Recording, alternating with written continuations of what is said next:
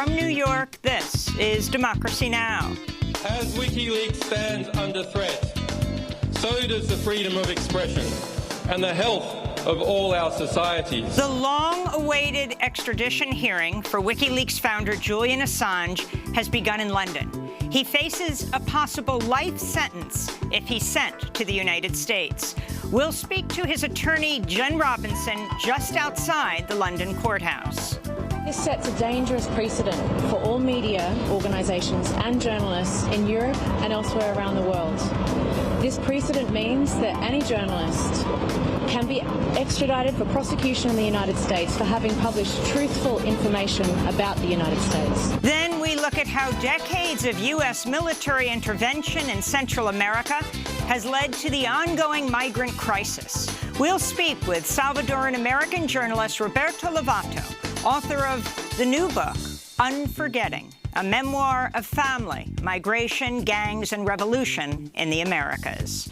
Unforgetting is also about an underworld journey. My journey across the cities, forests, and deserts of the 2,500-mile chain of forgotten, dead, and devalued life that begins in El Salvador, where I visit mass graves, morgues, and hideouts where gangs and governments have killed, dismembered, and disappeared their victims for decades. All that and more coming up.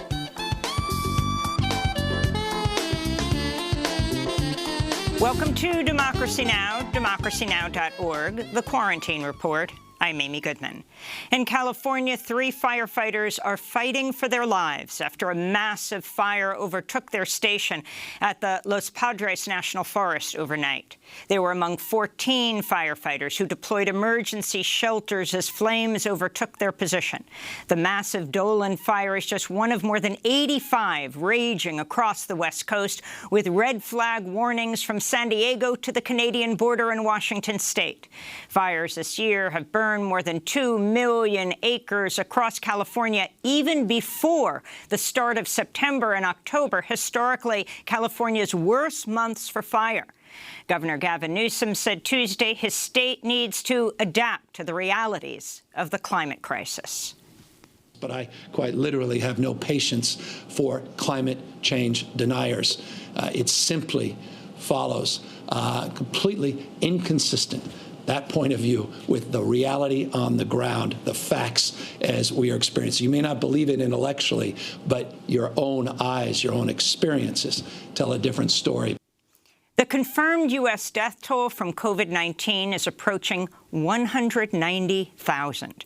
This comes as new evidence shows the death rate among African Americans and Latinos rose sharply during the summer. The percentage of African Americans killed by the virus is more than twice as high as white Americans.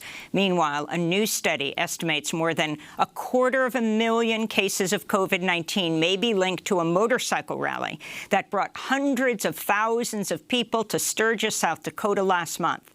This would make it the largest super-spreading event in the United States since the start of the pandemic. Most of those who attended refused to wear masks or practice social distancing. The rise in cases is estimated to have cost public health agencies over $12 billion. In Britain, the drug company AstraZeneca has paused its Phase 3 vaccine trials after a trial participant came down with an unexplained illness. The vaccine is being developed with the University of Oxford. Globally, the death toll from COVID-19 is approaching 900,000. In Peru, the confirmed COVID-19 death toll has reached 30,000, Latin America's third highest after Brazil and Mexico. But the true toll would be more than double the official number, with over 68,000 more deaths recorded across Peru this year compared to 2019. Residents of the capital, Lima, are reporting large gatherings and lapses in social distancing measures. People think the coronavirus is a joke. This is something they don't believe. They think it's a smokescreen. I have family members who have died because of COVID. So this is not a game. This is real. Meanwhile, coronavirus cases are spiking in Britain again, forcing the government to reinstate a ban of most gatherings larger than 6 people. On Capitol Hill, Senate Majority Leader Mitch McConnell's abandoned a plan to send a new round of stimulus checks to help Americans suffering from the nation's worst economic collapse since the Great Depression. On Tuesday, McConnell unveiled a slimmed-down $500 billion economic relief package. House Democrats say at least $2.2 trillion is needed for spending. In the eastern Atlantic Ocean, Tropical Storm Rene has formed near the Cape Verde Islands, becoming the earliest R-named storm in history and keeping 2020 on pace to shatter the previous record for the Atlantic hurricane season. Sudan's declared a 3-month state of emergency after record rainfall and flooding left dozens of people dead and damaged over 100,000 homes. Climate scientists say global heating is increasing rainfall during the rainy season and causing the Nile to jump its banks. In Senegal, at least 6 people are dead, and suburbs of the capital, Dakar, remain underwater following record-shattering rainfall over the weekend. Senegal's water minister reports more rain fell on Saturday than Senegal would usually see during its entire 3-month rainy season. President Trump signed an executive order Tuesday extending a ban on oil and gas drilling in eastern parts of the Gulf of Mexico near Florida's beaches, while expanding protections to the coasts of Georgia and South Carolina. Trump's order comes despite his long-standing support for pipelines like the Dakota Access and Keystone XL, and his support for oil and gas drilling on federal lands, including Alaska's Arctic National Wildlife Refuge. Trump's order comes as Republican Senator Lindsey Graham faces a strong re-election challenge from Democrat Jamie Harrison in South Carolina, where a majority of South Carolina residents oppose offshore drilling. The Justice Department Tuesday asked to take over the defense of President Trump in a defamation lawsuit filed by author E. Jean Carroll, who accused Trump of raping her in the 90s. In a highly unusual legal move, the DOJ argues while the alleged sexual assault occurred before Trump took office, he was president when the defamation suit was filed and could be defended by government lawyers paid by taxpayers. Carroll sued Trump last year after he denied her allegations, accused her of lying, and said he didn't know Carroll, despite a photo showing the two of them together at a party in the 1980s. In Salt Lake City, Utah, a police officer opened fire Friday on a 13-year-old autistic boy after his mother called 911 to request a crisis intervention team, reporting her son was having a mental health emergency. Lyndon Cameron remains hospitalized in serious condition with injuries to his ankles, bladder, colon, intestines, and shoulder. Lyndon's mother, Golda Barton, says her son became afraid and fled police after armed officers entered his home. After a brief chase, she says she heard several gunshots. A police spokesperson said the 13-year-old was armed and threatening people. But the Salt Lake Tribune later reported no weapon was found. Golda Barton told reporters, quote, "He's a small child. Why don't you just tackle him? You are big police officers with massive amounts of resources," she said. In New York, the entire Rochester Police Department command staff, including Police Chief LaRon Singletary, has resigned following a week of nonstop mass protests over the killing of Daniel Prude. Prude, an African-American man, died from asphyxiation in March after police officers handcuffed him, put a hood over his head, and pushed his face into the freezing cold ground for 2 minutes while kneeling on his back. He was naked. Protesters have accused Rochester's government of covering up the details of Prude's death, which weren't released until 5 months after he died. They're also demanding the resignation of Rochester Mayor Lovely Warren. In Greece, a massive fire swept through an overcrowded refugee camp in the Isle of Lesbos overnight, forcing thousands to flee as flames consumed their makeshift shelters. The cause of the fires was not immediately clear. There have been intense wildfires on the Isle of Lesbos and other parts of Greece, fanned by hot weather and gusty winds. Meanwhile, camp residents have been protesting dangerously overcrowded and unhygienic conditions after at least 35 people in the camp tested positive for COVID-19. The Moriah camp is home to nearly 13,000 asylum seekers, more than 4 times its stated capacity. In Afghanistan, at least 10 people were killed and 15 others wounded Wednesday morning when a roadside bomb exploded in the capital, Kabul. The blast appeared to target the convoy of Afghan Vice President Amrullah Saleh, who escaped serious injury but sustained burns on his face and hand. The Taliban denied responsibility. The groups promised not to launch such attacks in urban areas under a partial ceasefire with the United States. The Pentagon says it'll reduce the number of U.S. troops in Iraq from 5,200 to 3,000 during the month of September. The drawdown comes 9 months after the Trump administration ignored an order by Iraq's parliament for all U.S. troops to leave Iraq following the assassination of the Iranian general Qasem Soleimani in January on President Trump's order. A new report finds at least 37 million people in 8 countries have fled their homes since the start of the U.S.-led so-called global war on terror in 2001. The report by the Cost of War Project at Brown University also finds more than 800,000 people have been killed since U.S. forces began fighting in Afghanistan, Iraq, Syria, Pakistan, and Yemen at a cost of $6.4 trillion to U.S. taxpayers. In Pakistan, press freedom groups are denouncing the recent killing of journalist and women's rights activist Shahina Shaheen Balagh. She was reportedly shot twice by her husband, who then dropped her off at a hospital and fled. The Coalition of Women in Journalism is demanding an investigation. The group's founder said in a statement, quote, "The state continues to do nothing about the violations women face in the country." President Trump's former personal lawyer and fixer Michael Cohen has released his tell-all book titled Disloyal, a memoir, describing Trump as a mob boss driven by deep-seated racism. Cohen quotes Trump as saying, quote, "Tell me one country run by a black person that isn't an S-hole," but he used the whole word. Cohen goes on to describe a racist diatribe by Trump after the death of South Africa's former president, Nelson Mandela, in 2013. He said, Trump said, quote, "Mandela effed the whole country up. Now it's an S-hole. F Mandela. He was no leader," Trump allegedly said, using the F word and the S word. Michael Cohen also writes that Trump was so consumed by his hatred of President Barack Obama that he hired a faux Obama to record a video in which Trump belittles the fake Obama and fires him like a contestant on Trump's former reality TV show, The Apprentice. Cohen spoke with NBC News Tuesday. I believe that his hatred for Barack Obama just basically starts with the fact that he's black, and that he was the first black president in this country. In related news, the Department of Homeland Security is facing new criticism for downplaying the threat of white supremacists. DHS recently drafted a document that stated, quote, "White supremacist extremists will remain the most persistent and lethal threat in the homeland through 2021. But in newer versions of the document, the reference to white supremacists was removed and replaced with the phrase, quote, "domestic violent extremists," unquote. None of the document's drafts refer to anti-fascist activists or Antifa as a threat, despite claims made by President Trump and Attorney General William Barr repeatedly. In labor news, graduate student instructors at the University of Michigan have gone on strike in part to protest the school's safety plans around COVID-19, as well as the university's ties to law enforcement agencies, including ICE, that's Immigration and Customs Enforcement. Meanwhile, University of Arizona employees have officially established a union after months of denouncing the university's reopening plan and following a series of furloughs and layoffs during the COVID-19 pandemic.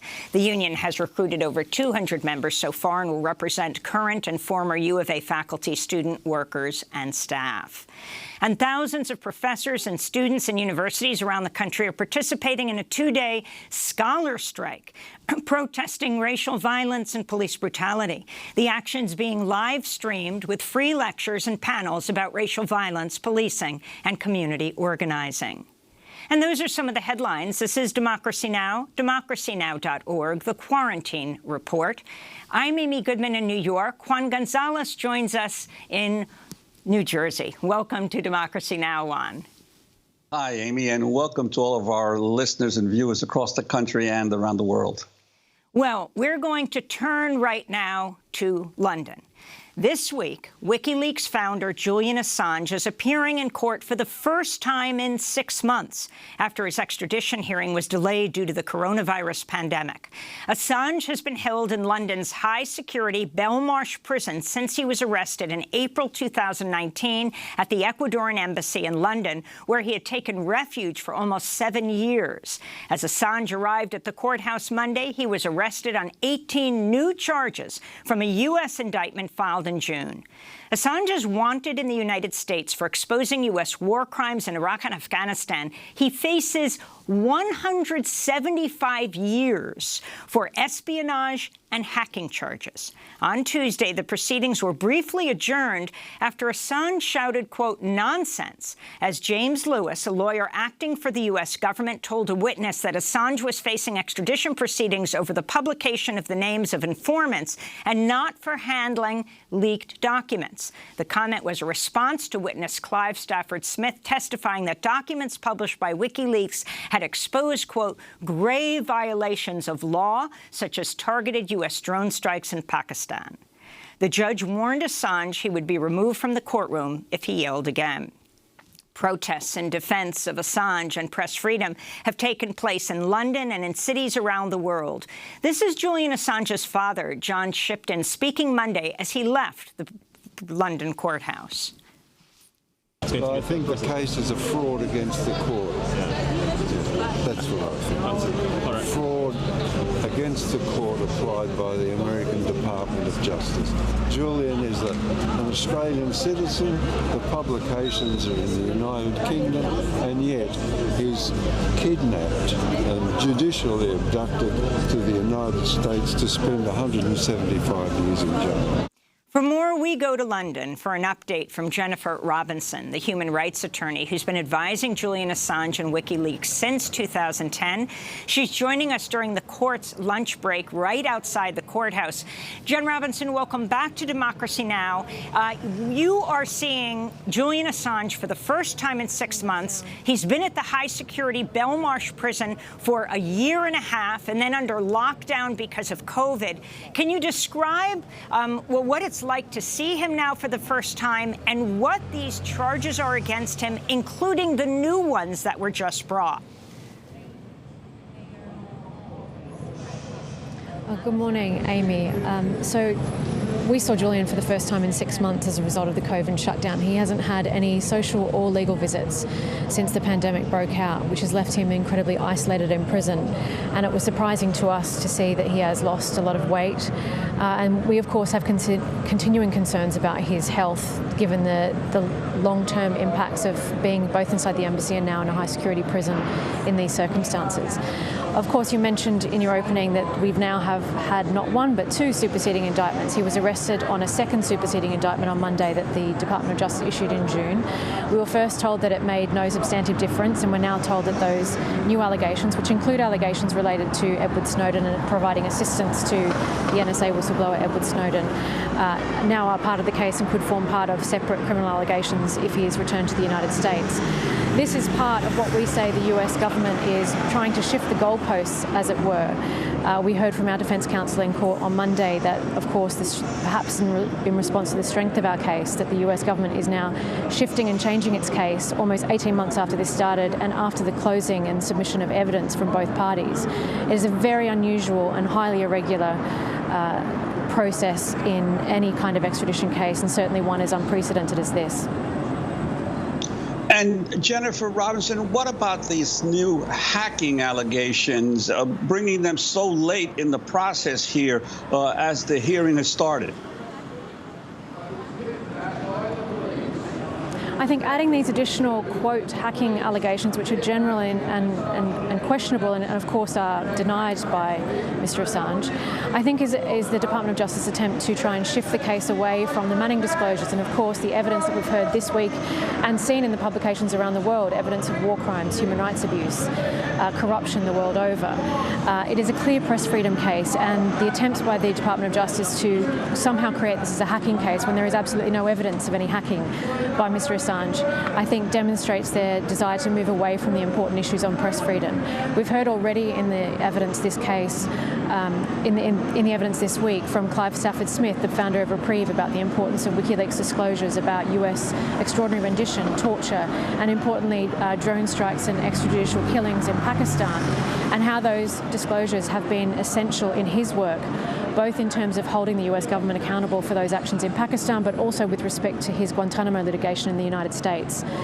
We've also heard evidence from Professor Mark Feldstein about the unprecedented nature of the attack on First Amendment that this case represents, and the history of the Espionage Act being threatened against journalists by various presidents, including Roosevelt and Nixon, and now, in this case, by President Trump himself.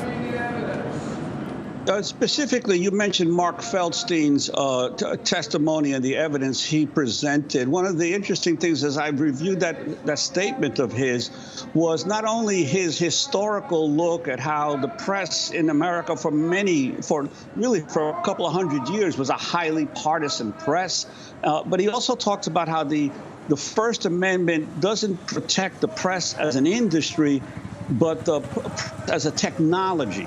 Could you, for our viewers and listeners who are not aware of Professor Feldstein's testimony, could you elaborate on that portion of his evidence?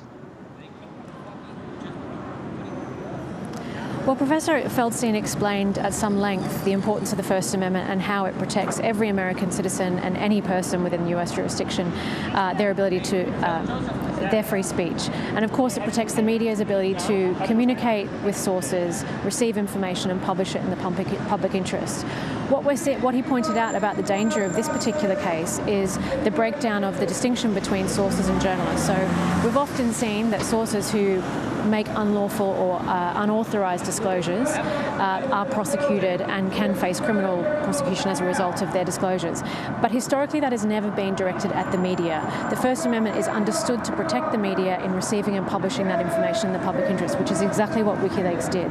And in this case, what the Trump administration is alleging is that Julian Assange, by virtue of having communications with Chelsea Manning, receiving information from Chelsea Manning and publishing that information, is somehow conspiring and is conspiring in the underlying criminal act. And we've seen this same prosecution strategy now rolled out in Brazil by President Bolsonaro against Glenn Greenwald. That's why this is so dangerous, because this is the kind of activity that journalists engage in all day, every day across the United States and elsewhere around the world, which is why the New York Times and the Washington Post have both, in their editorials, said that this is criminalizing public interest journalism and news gathering practices that have been used for decades. I want to explain to people that Jen Robinson is standing outside the courtroom at the lunch break, and there are many protesters who are there, as there have been protesters in cities around the world, as Julian Assange is in the midst of a month-long extradition hearing, whether he will be extradited to the United States. We wanted to turn to Julian in his own words. We haven't been able to speak to him in Belmarsh prison, but I went to London and interviewed him when he had political exile in the Ecuadorian embassy in 2015. The US government, in terms of its attack on WikiLeaks, has tried to construct a theory which, if permitted, will be the end of national security journalism. Not just in the United States, but also about the United States. That claim is that journalists can't solicit information from sources. And to solicit information is to be involved in a conspiracy.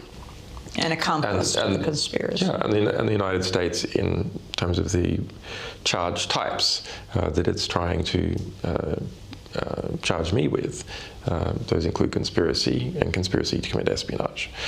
This is rubbish. We cannot tolerate this at the political level or the media level. So that's Julian Assange inside the Ecuadorian embassy before he was taken a year and a half ago by British police, and he was put in the Belmarsh prison. This is Nils Melzer, the United Nations Special Rapporteur on Torture, who visited Julian last year in London's high-security Belmarsh prison.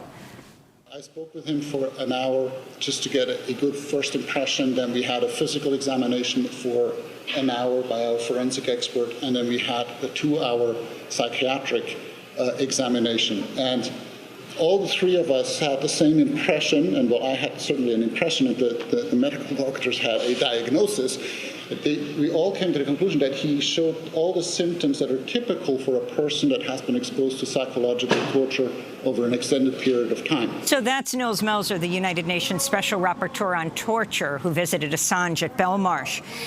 Jen Robinson, for people who aren't familiar with Julian Assange's case, if you can talk about what he is, the underlying charges here, where Britain will decide whether to extradite him to the United States, where he faces 175 years. What was it that WikiLeaks released? The millions of documents around Afghanistan, Iraq, etc.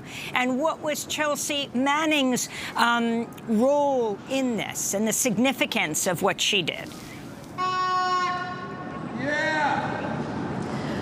Well, Julian has been charged under the Espionage Act, the first time in the history of the United States, for receiving and publishing classified U.S. information. That includes the collateral murder publication, the Iraq Rules of Engagement, which demonstrates war crimes in Iraq. It includes the Iraq and Afghan war logs, which demonstrated that the United States government was not sharing the truth about what was actually happening in those conflicts, including the killing of more than 15,000 civilians in the context of the Iraq War. He's also being prosecuted in relation to the State Department cables and the publication of those cables, which revealed human rights abuse and corruption the world over.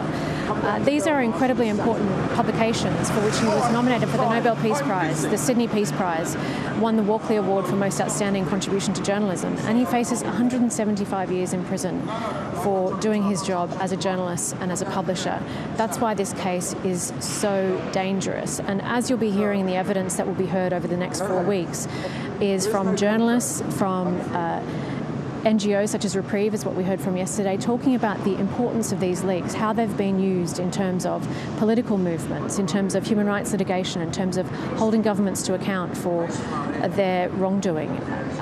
And more evidence also about the prison conditions that Julian will face if he is in fact returned to the United States to face prosecution. And Jen Robinson, could you talk about the fact that it was President Trump, when he was running for president as a candidate, actually said in public statements that he loved WikiLeaks, and he urged them, if they had information on the Hillary Clinton emails, the supposed disappeared emails, to release them, that now it is the Trump administration that is seeking to prosecute him and extradite him back to the United States. That's right. There's certainly been a change in approach from President Trump from prior to being elected and now in his role as president. What we saw was a change in position from the Trump administration. We now know that there was no indictment under the Obama administration. Of course, that whole process was secret because of the grand jury process, but the indictment was not issued until well into the Trump administration. And we had indications that the Trump administration was going to take a different approach when Mike Pompeo, as head of the CIA, declared that WikiLeaks is a hostile non-state intelligence agency and that they would be working to take WikiLeaks down and that Julian ought not benefit from First Amendment protections. Followed very quickly by statements by the Attorney General Jeff Sessions saying it was a priority to prosecute WikiLeaks. And now we've seen the outcome of that. We see an indictment where Julian faces 175 years in prison. This is part of, we say, the Trump administration's attack on journalism and war on whistleblowers and journalism. And it is a precedent that will be used against journalists, not just in the United States, but journalists around the world, because the most dangerous thing about this, and a position that the United States Attorney has made clear in his evidence before this court, is that not only is the US government seeking to exercise jurisdiction over journalists and publishers outside of the United States for publishing information about the United States, they are also saying that they will exercise that jurisdiction, but at the same time, foreign publishers and journalists will not benefit and should not benefit from First Amendment protections. And that should be very concerning for journalists everywhere around the world. And of course, many of the news organizations in the United States work with Julian Assange, like the New York Times, like the Washington Post, in exposing war crimes in Iraq and Afghanistan. Have they come out to the extent that you would like to see, and would it make a difference? As well, if you can talk about what you expect to see over this month. Is Daniel Ellsberg testifying today, one of the most famous whistleblowers in the world?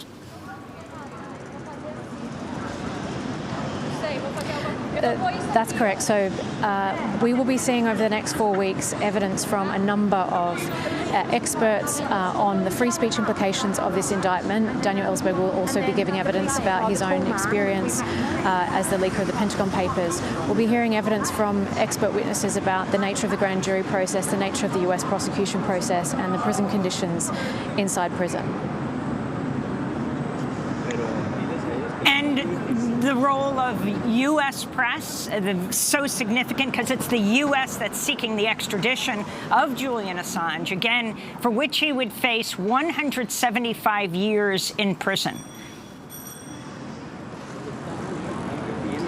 Historically, I think the position of the US press has been disappointing. We've been saying since 2010 that this was a risk and that if this precedent would be sought as against WikiLeaks, it could be used against the New York Times and other media organizations and journalists. But since this indictment was issued by the Trump administration, we've seen unanimous responses from the Washington Post, from the New York Times, from news organizations and free speech NGOs the world over, that this is a dangerous precedent for journalism and for freedom of the press, and that Julian ought to be released immediately. We've had a resolution from the Council of Europe calling on the UK to release Julian because of the danger of this precedent for press freedom. So I think that it is true to say that there is, I think, a chorus of mainstream media organisations, NGOs, and indeed some governments that say that this case is dangerous and it ought to be shut down. And Jen Robinson, how is Julian Assange's health?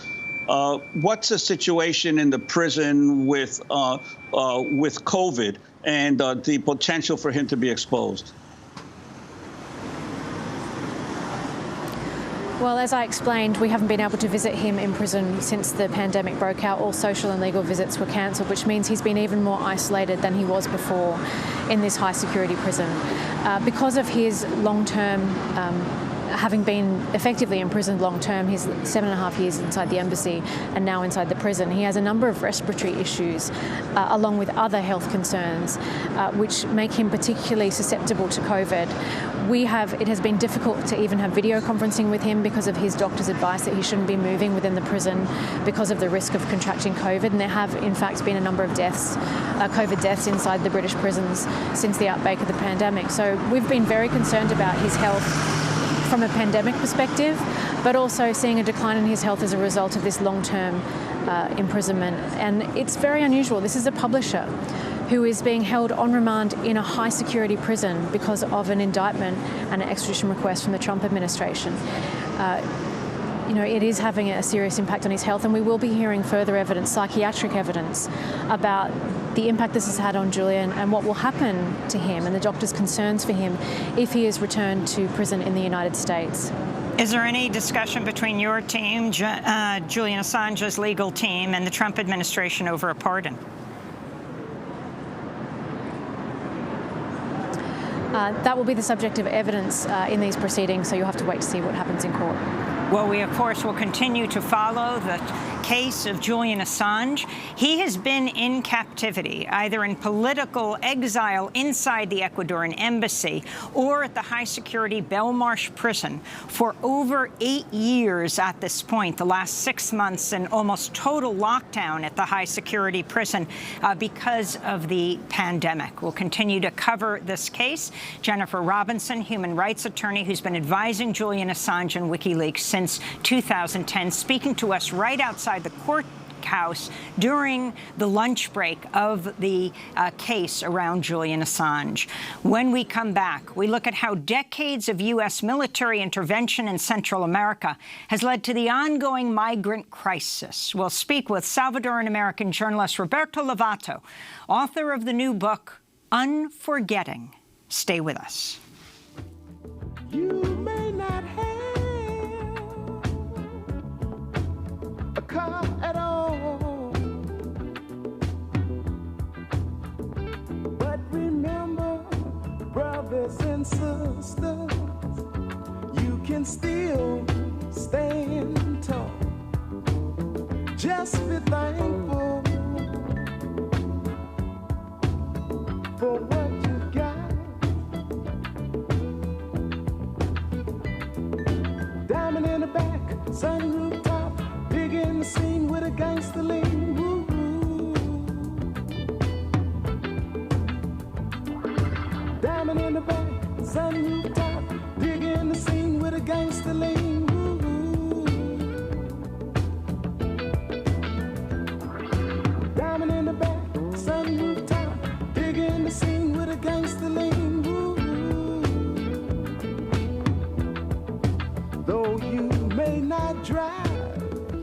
Be Thankful for What You Got by William Devon. This is Democracy Now!, democracynow.org, The Quarantine Report.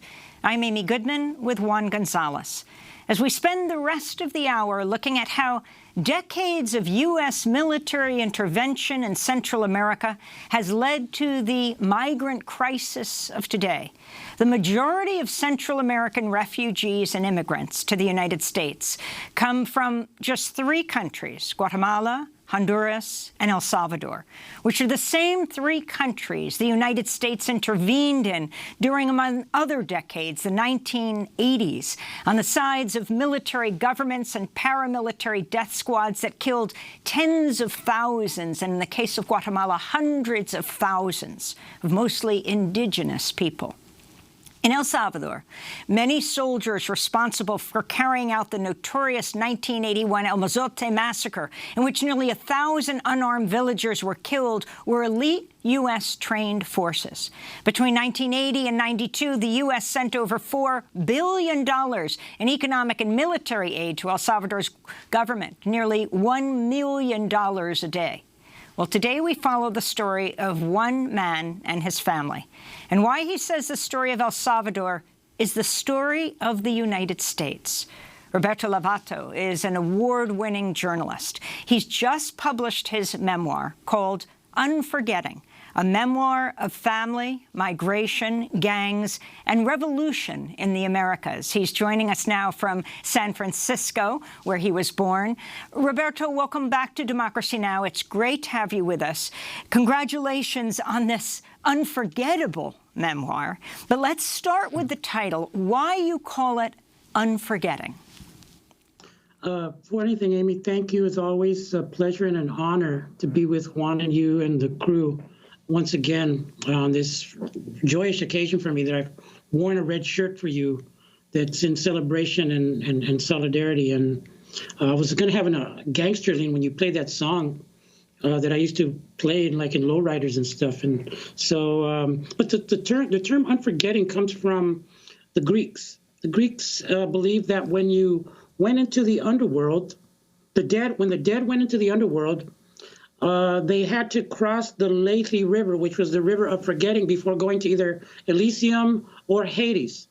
And so as I was, trying to figure out a title for this book, I realized that the journey that I'd taken to all these different underworlds for the book, whether it was gang underworlds, the underworlds of the FMLN guerrillas, the underworld of my personal family history that was unknown to me in many ways, or my own psychology and the underworld of migrants who have to kind of occupy an underworld existence in many ways. I just thought, wow, what a perfect way to kind of bring up and excavate the truths that get hidden, because in Greek, the ancient Greeks believed that unforgetting was also the term for truth, aletheia, which means not Lethe River, unforgetting. And so I'm unforgetting a history of not just El Salvador, but of the United States and of myself. And, my book is kind of coming out for me personally, and I'll explain that as we go. Well, Roberto, you begin the book talking about a tour you were giving in 1992 in Los Angeles. At the time, you were working with the immigrant rights group Goodman in Los Angeles, and you're touring around a foundation a program officer, one of these people who decides whether to give money to worthy organizations, and you had very mixed feelings taking him around the Pico Union area of Los Angeles. There's a sudden shootout at one point. Could you talk about that whole part of your work with Goodman? And also, what lessons might be drawn for a lot of activists today, Black Lives Matter activists and prison reform activists who are suddenly being courted by foundations who suddenly had discovered that they haven't been properly funding anti-racism programs around the country? Well, that's a great question, Juan. The opening, the introduction of the book is 1992. Right after the LA riots had hit, we had foundations and corporations come in, along with scholars, and it was just people interested in post-riot LA. And we were in MacArthur Park touring like we did. I felt like, and I say at one point, I felt like, I was getting tired of being like Virgil to these Dantes, these aspiring Dantes wanting to see the underworld. And so I'm showing this guy, Leland, MacArthur Park when I'm approached by the first MS-13 member I ever met, this kid named Jose. And, we were, and I could tell that the Leland was scared out of his wits, like he was in a lion's den or something, and he was looking to me for security. And so I open it that way because it shows kind of the way that the whole issue of youth and urban youth and gangs, even foundations and corporations will kind of shy away from, as do legislators, including legislators of color here in California, where the gangs were born. In fact, where MS-13 and 18th Street were born, and then after they were born, they kind of adopted the structures of like the Mexican mafia. And so I'm there when this is starting to escalate and get more violent. And then Attorney General William Barr, again, at the avatar from the Bush administration, who's now in the Trump administration, deployed all these FBI resources to LA and other cities to start the gang war, which, if we see the products as we speak, right? And so then he also introduced the INS to then join the LAPD and law enforcement to deport the gang structures to El Salvador. You then go on in the book to, in a subsequent chapter, to talk about your experience visiting immigrant families in detention in Karnes, Texas. And could you talk about that and also this whole effort of the federal government to put these detention centers in the most out-of-the-way places so that even journalists have trouble getting to them? This is an example of those underworlds I'm trying to get at. Like, a lot of people don't realize that, those immigrant prisons, I refuse to call them detention centers. It's a travesty to call them that. And all my fellow journalists, it's a travesty. They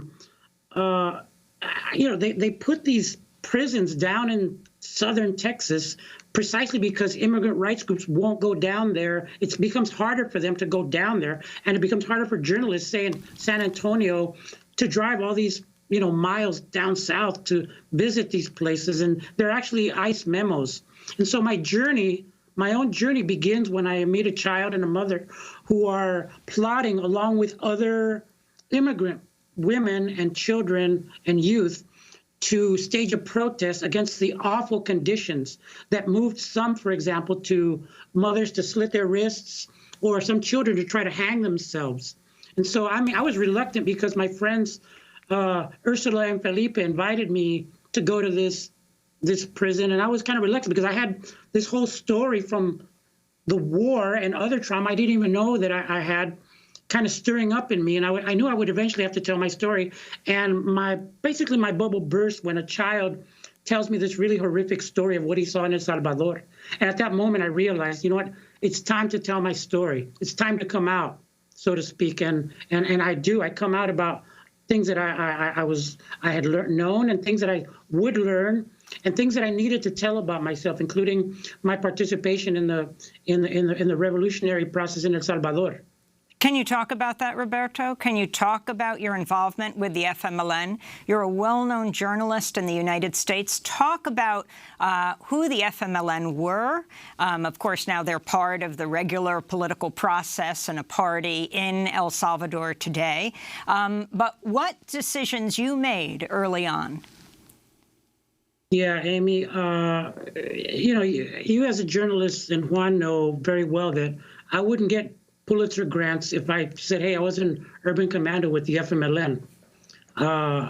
That's just not how it works. What you have in journalism and in literature, I would argue, are not representative of the full spectrum of political, ideological, even racial. If you look at like Latinos, and not even Latinos on a race, but all the different sub-racial groups of Latinos are like less occupied, like 1% of U.S. literature. So I made a decision after doing work with refugee communities in the war zones, and working with refugees here in San Francisco with Carecen, Comité de Refugiados Centroamericanos, and other groups like CISPES, et cetera, here to do solidarity and sanctuary work. I was becoming more conscious. I fell in love. There's a love story in my book, which is part of the point, right? Because all you hear is like, terror is the given of the place, like Joan Didion. And I'm like, actually, no, I grew up Salvadoran. Love is the given of the place as well. And so I'm in Chalatenango, El Salvador, one of the most difficult places I've ever seen in my life for in terms of war. And I saw really terrible things, including things done to children. And I eventually say it's not enough for me to just do kind of like what Juan's talking about, like nonprofit work and having all this language and getting all this funding like people do here and other parts of the world to be officially representing communities for very high salaries. I wasn't really feeling that, so I decided I needed to do something else. And I had some friends that introduced me to people in the FMLN, and they thought I could be useful working with urban commandos and logistics and things. And so at that moment, when I see this home that was bombed with all these children, is the moment I stopped being American. I stopped. You can go and look at most of my journalism. I avoid using the word American since 1991. Because I didn't want anything to do with that. And so I became an American with an accent on the E, and a citizen of the United States of America, which is kind of the revolutionary imaginary taking hold of me to want a better place. And the FMLN, again, for people to understand, was the rebel fighting force at a time when the U.S. was pouring millions into the military regime and the paramilitaries responsible for everything from the killing of the 6 Jesuit priests, their housekeeper and her daughter, to the El Mozote massacre of 1981? Yes. The FMLN was organized against a fascist military dictatorship backed by the U.S. government, beginning with the Carter administration. And if you're a historian like my friend Joaquin Chavez, whose excellent book, Poets and Prophets of the Revolution, is a must read.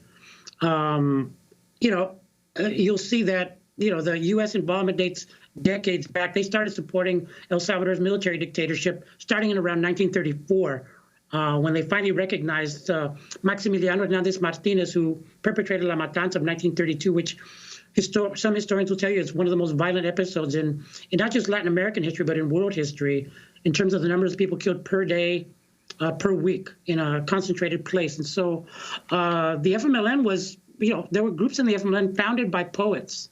This is one of the things that attracted me to it, was that, the non-distinction between the poetic and the political, between the revolutionary and daily life, between love and labor. And so the FMLN was, according to the CIA, one of the most effective political, military, and social movements in Latin America in the 20th century, where, for example, you could read NACLA and see that 1 of every 3 Salvadorans was organized against the state in the 1980s, according to the Universidad Centroamericana.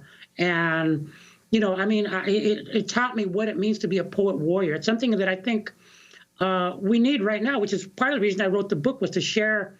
There's all this dark, heavy stuff, but I think you'll find there's a lot of love, tenderness, and hope in the book, because that's the only way we got through as Salvadorans. And I think, as in all my experience around the world in a most intimate way, I've never seen a people with such astonishing resilience as Salvadoreños. Roberto, we have to break, but we're going to come back and also want to talk about your fraught relationship with your father and this revelation in your book that he was a young witness to La Matanza of 1932, the peasant uprising in the government massacre, killings of thousands and thousands of Salvadorans. Roberto Lovato is the award-winning journalist. His memoir is just out. It's called Unforgetting. Stay with us. Pero si un día me demoro, no te impacientes, yo volveré más tarde. Será que la más profunda alegría me habrá habrá seguido la rabia ese día, la rabia simple del hombre silvestre, la rabia bomba, la rabia de muerte, la rabia imperio asesino de niños, la rabia... Días y Flores by Silvio Rodriguez. Our guest today is Roberto Lovato, the award-winning journalist, author of Unforgetting, a memoir of family, migration, gangs, and revolution in the Americas. I'm Amy Goodman with Juan González. Juan? Roberto, before break, you were talking about mentioning La Matanza in 1932. A lot of people don't realize that the FMLN of the 70s and 80s took its name from Farabundo Martí, Augusto Farabundo Martí, who was one of the organizers of the peasant uprising of 1932 and was also one of the founders of the Central American Communist Party. Could you talk about the links between what happened in 1932 and your understanding of it, as well as the development of the FMLN? Yeah, I mean, in my view, and in the view of historians like Audularia Santiago and Eric Ching and Greg Gould, you know, it really should, the FMLN probably should have been named the Feliciano Ama, Frente Feliciano Ama por la Liberación Nacional, because it was primarily an indigenous uprising, right? Indigenous people started seeing their kids, the soft part of their head started sinking in and watching their kids die, and they rebelled. And there was also communist organizing with them, but really the core groups of it and the local leadership was indigenous. And so that you know, and the way history works, oftentimes we erase indigenous agency. And so I felt important to talk about how you know, what historians have taught us about La Matanza, that, you know, people rose up trying to overthrow the government. And what was the first communist insurrection? There were communists involved, including Farabundo Martí and a man named El General Maximiliano Hernandez Martinez saw an opportunity not just to take power because he was the vice president, but also then perpetrate what scholars at Oxford have told me is one of the single most violent episodes in world history as far as the number of people killed per day in a concentrated space and per week in a concentrated space. And so, you know, there's the records of La Matanza were buried, burned, destroyed by and large. There's some historians in El Salvador are starting to reconstitute them and rebuild the memory and unforget, right? Because you know, states are nothing if not manufacturers of mass manufacturers of amnesia. And so, you know, from that point on, you get military dictatorship, one of the longest standing military dictatorships in the Americas. But you also get one of the most consistent left oppositions and effective left oppositions in the Americas in the Salvadoran people's struggle, which is part of the reason I wrote my book, because those pathetic images of children crying and mothers screaming, those sound bites of mothers screaming in places like Carnes are the dominant images, along with gangs of Salvadorans, when in fact you've got this incredible, you know, astonishingly incredible political capability that the Salvadorans had and still have. So, La Matanza, you reveal in your book, talk about your father's connection as a witness. Yeah, my father, Ramon Alfredo Lovato Papamon, known to those of us that love him, was 9 years old when this happened in January of 1932. And I didn't even know this. I was teaching in the country's first Central American Studies program at Cal State Northridge, and we were trying to find books which you can't find in English, except for a few like the one by Gould and Santiago. You know, I was, you know, doing research on La Matanza, and I realized, hey, this town, Ahuachapan, is where my dad is from. It's one of the major centers, and my dad never said anything for decades. So then I started doing the research, and I finally asked my dad, and he reveals to me that he had seen La Matanza, and it was an epic moment in my family history and in my own life, because it explained a lot to me about why I was such a crazy kid that used to gangster lean like in that song and run in certain violent and kind of dangerous circles, or join the FMLN and other crazy things that I've done in my life. It had this deep undercurrent of family history that I think a lot of us have in our families, family secrets. And I try to connect those family secrets to the secrets of nations, like with the Matanza, which was, again, covered up and buried, along with mass grave sites that are still unexcavated to this day. And speaking of family secrets, you also revealed in your book that your father, who had worked for United Airlines for many years as a ramp service worker, also had his own underground life, basically in the Mission District of San Francisco, selling contraband. Yeah, my dad was, along with Santana's father, involved in the contraband industry in San Francisco's Mission District. A lot of colorful characters came out of there, and my dad was at the center of it. And my dad, a very smart guy, created a transnational network of contraband, jewelry, electrodomestics, calculators, perfume, eventually guns. My dad was running guns between San Francisco and El Salvador. But he wasn't selling them to like the fascists or to the FMLN or anything. This was before, in the pre-war year in the 70s. He was doing it to anybody who could afford it. But I learned about the construction of criminality at a very personal level. You know, I had shame about my dad, and I didn't, and my dad's activities. And I started excavating the history. I find out that it wasn't just my dad, it was my mamate, my grandmother, who made pupusas with me, for me, and our family. And with the same hands that she made pupusas, she also transferred. She was actually the originator of this transnational network of contraband that sustained our family.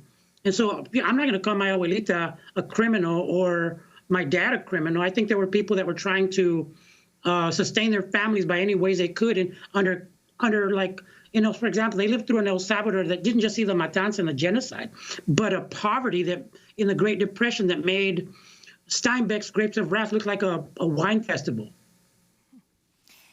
Finally, William Barr, the current Attorney General, the Attorney General under George H.W. Bush. We just have a minute, but as you wrap up, Roberto, what is his connection to this story? William Barr, as Attorney General under the first Bush, redeployed FBI resources, and the greatest deployment of FBI resources up to that point, taking FBI agents who were fighting foreign, looking at foreign threats, and started focusing them on gangs. And then he starts looking at MS-13 and other gangs right after the LA riots. You can see he was there in LA, and he started us on the path to eventually like militarizing the police that we have right now. And then he also had the INS deport the gang problem to El Salvador, and then he exported after the war U.S.-style policing, and then I found out that military trainers from El Salvador actually came to train LAPD in counterinsurgency and other police forces. It's just when you start seeing the RoboCopization of cop uniforms, right, and that we have now. And William Barr had everything to do with, not everything, but he had a lot to do with this. I had to sing his song because he deserves all the credit he deserves for what he did to El Salvador and to LA and to our national situation long before Trump. Roberto Lovato, there is so much more in this stunning memoir.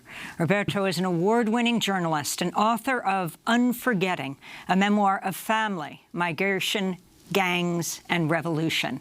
And that does it for our show. Democracy Now! Is produced with Renee Feltz, Mike Burkdean, Augusta Libby Rainey, Nermeen Sheikh, Mariana Tanasena, Carla Wills, Tammy Warnoff. I'm Amy Goodman with Juan González. Wear a mask. Stay safe.